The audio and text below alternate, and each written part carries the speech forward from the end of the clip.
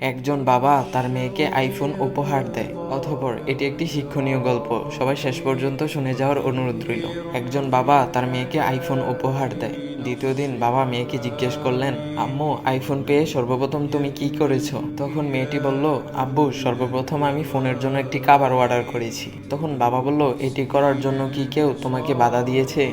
তখন মেয়েটি বলল, না বাবা, কেউ বাধা দেয়নি। তখন বাবা বলল, তোমার কি মনে হয় না তুমি আইফোন নির্মাতাকে অপমান করেছো? তখন মেয়েটি বলল, না বাবা, আইফোন নির্মাতাও কভার লাগানোর উপদেশ দিয়েছেন। তখন বাবা বললেন, তাহলে তো তোমার আইফোন খারাপ দেখাবে, তবুও তুমি এটার জন্য কভার কিনেছো। তখন মেয়েটি বলল, না বাবা, বরং খারাপ না হওয়ার জন্য কভারটি অর্ডার করেছি। তখন বাবা বলল, কভার লাগালে সৌন্দর্য কমে যাবে না? মেয়েটি বলল, না বাবা, কভার লাগানোর পরে আরো সুন্দর দেখাবে।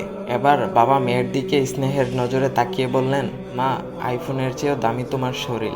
এই ঘরের আর আমাদের সম্মান তুমি। তোমার শরীর কাপড় দ্বারা কাভার করলে তোমার সৌন্দর্য তো কমে যাবে না মা?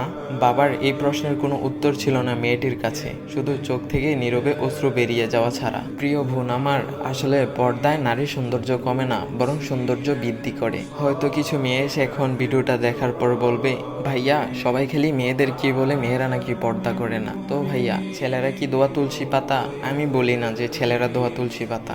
বোন গো আমার, তুমি ঠিক থাকো, দেখবা জগতের সবকিছুই তোমার কাছে ঠিক লাগবে। আর তুমি খারাপ, জগতের সবকিছু তোমার কাছে খারাপ লাগবে। শোনো গো বোন আমার, পৃথিবীর সবগুলা পুরুষ যদি অন্ধ হতো, তারপরেও নারীর উপরে পর্দা ফরজ করে দিয়েছেন আল্লাহ তাআলা। আল্লাহ তাআলা আমাদের সবাইকে বোঝার তৌফিক দান করুক, সবাইকে আল্লাহ তাআলা হিদায়াত দান করুক, সবাই বলি আমিন। তো গাইস, এই ভিডিওটা সবাই শেয়ার করে দিবা, আর এমন ইসলামিক ভিডিও পাওয়ার জন্য ভাইয়ের আইডিটা ফলো করে দিবা। ভাইয়ের আইডির নাম হচ্ছে ইসমি নাইম। তো গাইস, নতুন কোনো ইসলামিক ভিডিও আসা পর্যন্ত সবাই ভালো থাকবা। আল্লাহ হাফেজ গাইস।